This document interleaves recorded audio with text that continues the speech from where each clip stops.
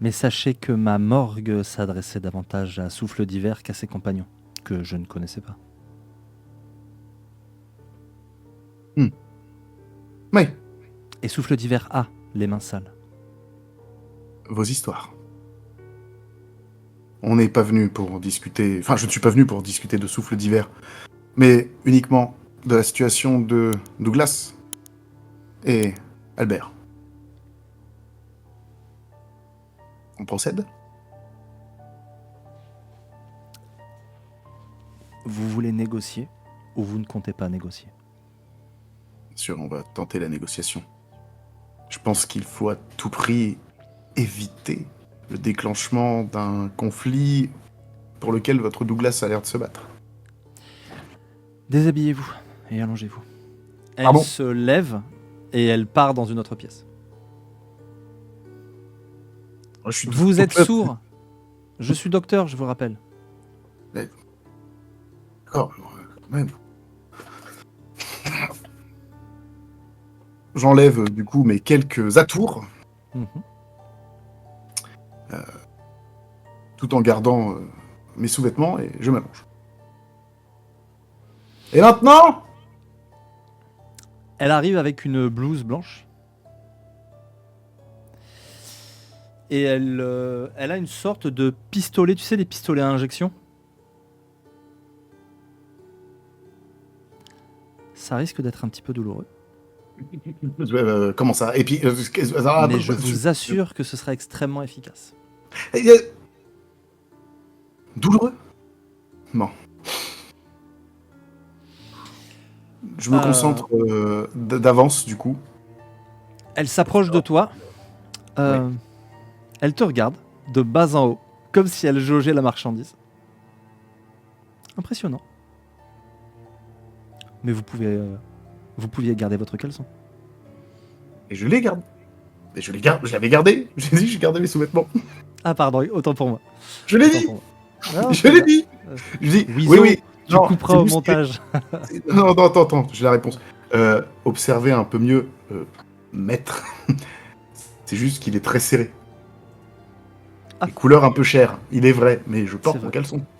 Oui. Autant pour moi. Détendez-vous. Tu prends une injection dans la fesse. Enfin, juste au-dessus en fait. ce petit cri qui est en même temps. Elle pique quand même. Hein. Elle va enlever l'aiguille, machin. Elle va mettre une autre aiguille et elle va mettre une autre fiole. Celle-là n'est pas la plus sympathique. Dans le cou. Mais là, vraiment, t'es parcouru par un frisson électrique et tu te dis, mais c'est quoi? C'est taré! Attends, du coup, le visage du perso, ça donne ça. Il va y avoir une troisième injection. Mais c'est pas la pire. Celle du coup, c'était la pire.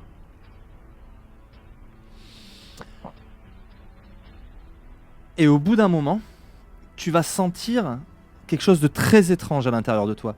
Comme tes muscles se durcir, se resserrer, grossir même, dans une certaine mesure.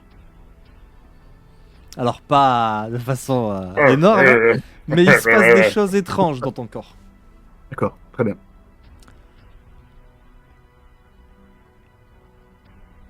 Voilà. Ça a pris un petit quart d'heure. Qu'on soit bien clair, c'est une protection. Vous n'êtes pas plus fort, ne commencez pas à faire d'imbécilités. En revanche, elle reprend le pistolet, elle te avide, hein, mais elle t'enfonce l'aiguille dans le bide. Fais-moi un jet de vigueur. J'ai de vigueur. Ouais. Vigueur, j'ai 3. Eh bien, non. Non, tu as 8. Oh.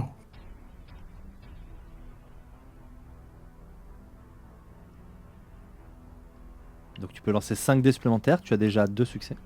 Les oui. 1 n'annulent pas. Hein. Là, c'est un jet d'encaisse.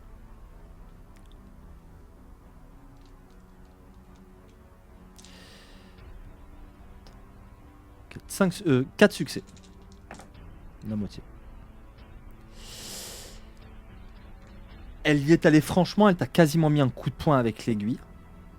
Ça fait mal. Mais l'aiguille ne rentre pas. Et elle te montre le pistolet. L'aiguille est tordue. Alors ça va faire mal, mais il en ira de même avec des balles et des armes blanches. Ça n'est pas parfait, J'ai combien de temps? mais... Je vous ai dit que j'étais docteur? Largement ce qu'il faudra. Très bien. L'adresse, s'il vous plaît. Elle va te donner une adresse dans Montpellier. Enfin, vraiment en extérieur de Montpellier. Hmm. Tentez d'y aller vraiment le plus pacifiquement possible. Vous verrez qu'il y a toujours une chance de discuter. Et une information peut-être sur Douglas ou Albert qui pourrait être des plus primordiales.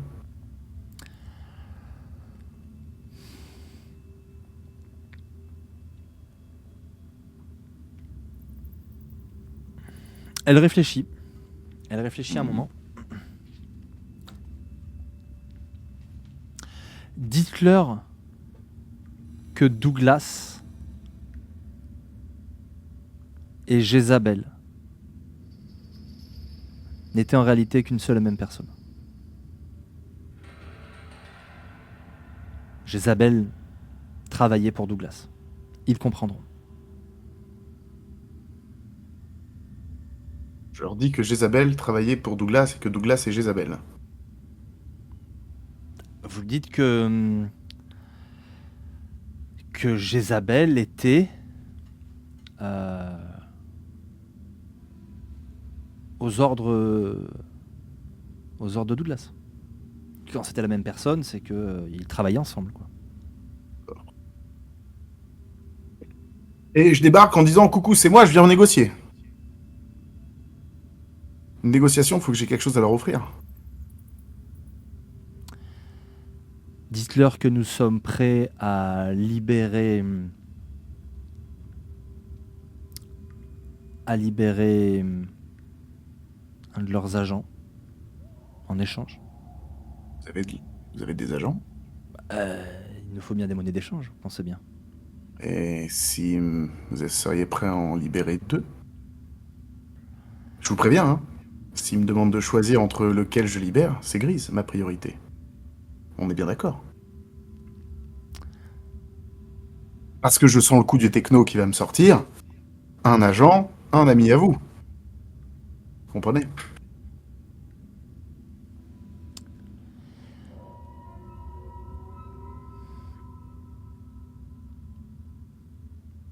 Si vous êtes vraiment au bord du gouffre, si la discussion devient tendue, dites-leur que c'est Webb qui vous envoie. Ça devrait Webb. vous laisser du temps. Webb. Jézabel, Webb. Des agents. Vous m'avez pas répondu. Vous êtes prêt à en libérer 2? Même 3 s'il le faut. Parfait. J'y vais alors. Du coup, je sors. Je vais à ma voiture et je vais à l'adresse indiquée à Montpellier. Tu vas à l'adresse. Ouais. Quand tu sors, au moment où tu fermes la porte, tu entends un grand boum boum, clairement comme quelqu'un qui tombe. Quand tu es dans le couloir. Que fais-tu? Ok. Il y a quelqu'un, je sais pas, j'observe, il y a une Ça caméra. semble venir de la pièce que tu viens de quitter.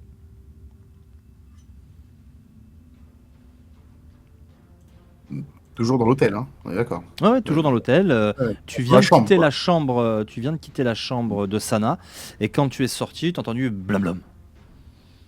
Juste, je réfléchis, je pense à voix haute. Foutu paradoxe.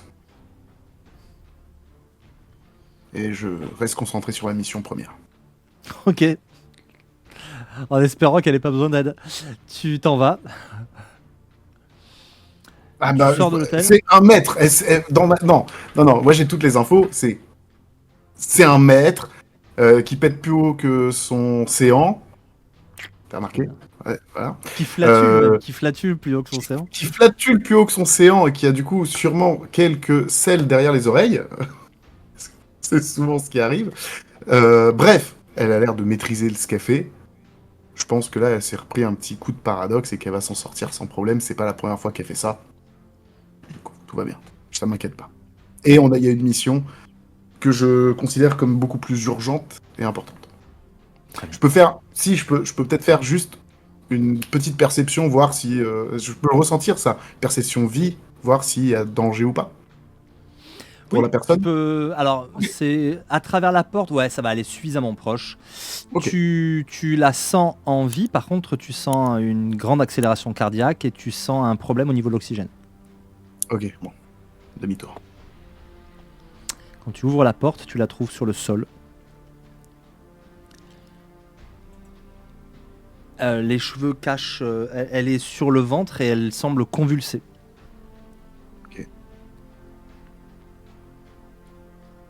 Je fais une détection vie, voir si je peux analyser ce qui lui arrive.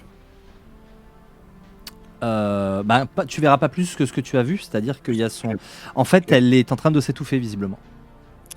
Ok, Tous les symptômes, c'est les symptômes de quelqu'un qui s'étouffe. ok. Donc je la mets tout de suite en PLS, position latérale de sécurité. Et tu vois son visage. Et tu vas perdre un point de volonté. Ok, Parce que son visage n'a plus de traits. Son visage est une joue, une grande joue. Son visage est de la peau. Il n'y a plus d'yeux, il n'y a plus de nez, il n'y a plus de bouche. Et c'est une peau presque lisse. Elle a perdu tous les traits de son visage. Et elle convulse. ok. Perception esprit. L'image est extrêmement impressionnante pour un Est-ce que je jeune vois mage comme toi. Est-ce que je peux voir une perception esprit? Tu peux, ça va pas être facile. Mais tu peux me faire un jet de perception esprit. Ok. Eh ben, tu fais bien parce que ça t'évite l'échec critique. Et c'est de la magie. Tu aurais quand même pu prendre une petite gifle de paradoxe, mais tu peux relancer. La difficulté passe à 8. Je réutilise un point de volonté du coup. Très bien, ça fait 2 succès. 3 succès. Oui, tu sens une présence ténue, infime, quasi indétectable d'un esprit du paradoxe. Ok. Je suis en mesure d'attaquer cet esprit. C'est la pire idée que tu pourrais avoir. D'accord. En fait, ça c'est la règle d'or que Grise et Souffle d'Hiver t'auront répété. On n'utilise jamais de magie pour contrer le paradoxe, parce que le paradoxe est venu punir la magie. La magie, pour lui, est un... Le monde est un corps, la magie est un virus. Le paradoxe, c'est les anticorps. Si Ouais. tu rajoutes du virus, tu le mets encore plus vénère. Je vais réfléchir à ce que je peux faire pour aider du coup, mais là... Hélas, mis à part, comme ça t'a déjà été dit, les plus grands maîtres du prime et des énergies quintessentielles, personne ne peut rien contre le paradoxe. Du coup, je la laisse en position latérale de sécurité. Je mets une petite couverture. Un petit oreiller sous la tête. Au bout de ce qui semble être 2 minutes, elle finit par respirer. Tu l'entends et elle retrouve les traits de son visage, etc. 2 minutes d'apnée imposée, c'est extrêmement long. Et tu la sens, elle a des larmes dans les yeux, elle est sous le choc. Même si elle en est sans doute pas à son coup d'essai. Ok. Je pose ma main sur son épaule, d'une main rassurante. Je me lève, et du coup, je pars à la mission voyant qu'elle est saine et sauve. En tout cas, sauve, ça c'est sûr. Elle te tient la main. Elle laisse partir tes doigts. Elle est dos à toi, du coup, quand tu fermes la porte. Elle regarde par la fenêtre. Et tu la quittes. Ok. Te voici dans ta voiture, roulant en direction de cette petite installation. Et tu vas arriver au bout de une dizaine de minutes, quinzaine de minutes. Mhm. Tu vas arriver dans l'entourage de cette installation. Ça ressemble à des bureaux. C'est un bâtiment de béton vraiment pas très grand. De l'extérieur, on se dit, mais bah, y a quoi? Il y a trois pièces là-dedans, quoi. C'est vraiment voilà, un truc de béton sur un étage, enfin de plein pied, je veux dire. Sans doute qu'il y a du sous-sol. Il y a un parking grillagé à côté. Il y a une voiture.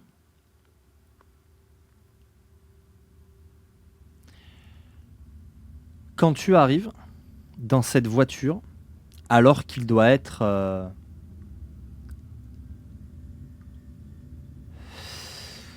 pas loin de 2 heures du mat,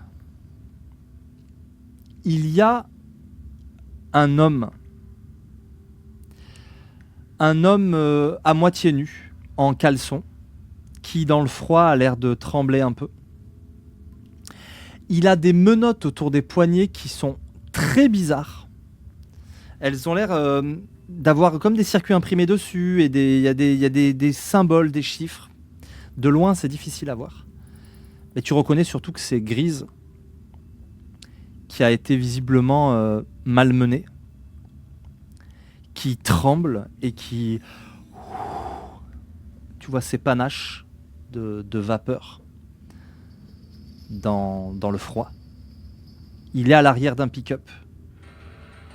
Il y a une bâche installée sur ce pick-up. Et il est à genoux, en caleçon, sur la bâche, à l'arrière du pick-up. Que fais-tu? Tu es toujours au volant de ta voiture quand tu vois cette scène. Il y a du monde dans la voiture? La voiture est de... Comme tu vois la remorque, tu n'arrives pas à percevoir de là s'il y a une personne au volant. Ils sont derrière un grillage? Il y a le grillage est fermé par une grille avec une chaîne. Et Non, la grille est ouverte. la grille Tu est ouverte? vois la chaîne bouger, donc sans doute fraîchement ouverte, la grille. Ok. Je vais me poster au niveau de l'entrée de la grille, mais sans rentrer de la voiture. Sans sortir de ta voiture, tu veux dire? Je sors de ma voiture, mais sans sors de ta rentrer. voiture. Je ne rentre pas la voiture dans le lieu. Je me D'accord. mets Ok. juste pile à la limite. Alors la limite, Comme c'est déjà ça, des arbres, hein, c'est déjà du bois. Il y a un trottoir avec un réverbère, le bois. De l'autre côté de la route, il y a cette installation. Donc ce parking est accolé au parking grillagé. La petite installation de béton grise. Et tu vois donc tu vois Grise justement qui est à genoux sur la bâche à l'arrière de ce pick-up. Tu sais, il y a une petite porte comme ça là, à l'arrière des pick-up. Elle est abaissée. Et au moment où tu sors de la voiture, tu vois quelqu'un, tu ne vois que son ombre, mais tu vois la fraise d'une cigarette et la silhouette d'un costume qui s'approche du pick-up. Qu'est-ce que tu fais? Excusez-moi.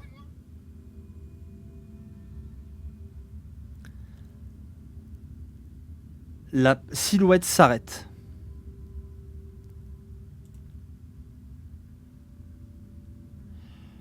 La fraise de cigarette s'allonge dans la nuit avant de tomber en se retournant. Je montre mes mains en évidence. En signe de paix, d'apaisement. Tu vois un œil lumineux rouge braqué sur toi quand la tête se tourne.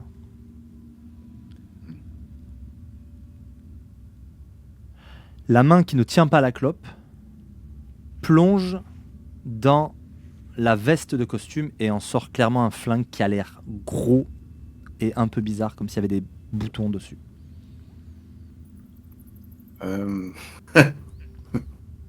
Tout doux. Serait-il possible de discuter avec votre supérieur ou vous, si vous êtes le supérieur? La clope est jetée par terre, le type n'a pas fait un pas, il est resté à sa place. Il écrase avec sa chaussure la cigarette. Dans l'ombre du bâtiment, tu ne vois vraiment pas grand-chose, si ce n'est cet œil rouge. Mais c'est vraiment une diode, hein, c'est vraiment une lumière, petite lumière rouge. Qui êtes-vous? Je suis personne, moi. Je suis venu pour proposer un marché. Alors si vous n'êtes personne, vous devriez rentrer chez vous. Ah, et ça m'embête ça, parce que du coup, il y a des gens de chez vous qui rentreront pas chez eux non plus, et puis des gens de chez moi qui rentreront pas chez eux, et du coup, je suis venu pour rien, puis je vous ai fait perdre du temps pour rien. Non, non, vraiment. Mais je me présenterai, mais à votre supérieur. Sauf si vous êtes le supérieur des lieux, bien sûr.